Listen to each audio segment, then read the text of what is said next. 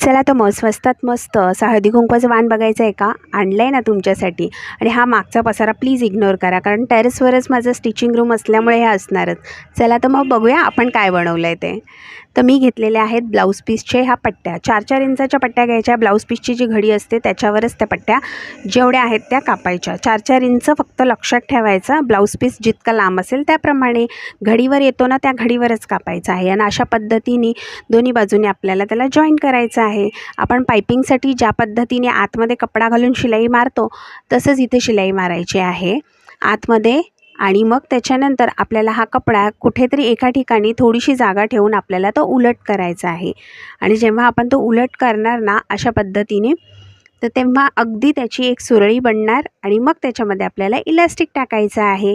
तर इथे मी आधी शिलाई मारून घेतली व्यवस्थित. एका बाजूला मी जागा सोडली आणि तिथून हा कपडा सरळ केला. 8 इंचाचं मी इथे इलॅस्टिक घेतलेलं आहे. इलॅस्टिक पूर्ण जसं नाडा पॅन्टमध्ये टाकतो तसं आपण टाकून घ्यायचं आहे. गाठ मारायची किंवा शिलाई मारून घ्यायची आणि त्यानंतर हे असं पॅक करायचं.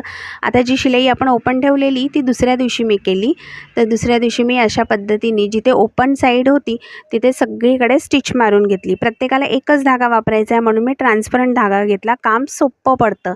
तर अशा पद्धतीने मी एका रात्रीमध्ये आलेली ही 24 स्क्रंचीसची ऑर्डर पूर्ण केलेली आहे. काय बाई, आजच्या काळातसुद्धा बायका 10 आणि 20 रुपयाचं वाण शोधतात. असो, आपल्याला काय करायचं आहे, आपला तर फायदा होतो आहे ना, बस फायदा करून घ्यायचा. आणि मी तेच केलं. तुम्हाला आवडली का ही आयडिया? अगदी फुलांसारखं दुसऱ्या दिवशी तयार झालेलं मी चांगलं कट करून व्यवस्थित पॅक करून ज्यांना हवं होतं त्यांना ते देऊन दिलं. तर स्वस्तात मस्त हा ऑप्शन आपल्याकडे आपण स्वतः निर्माण करू शकतो.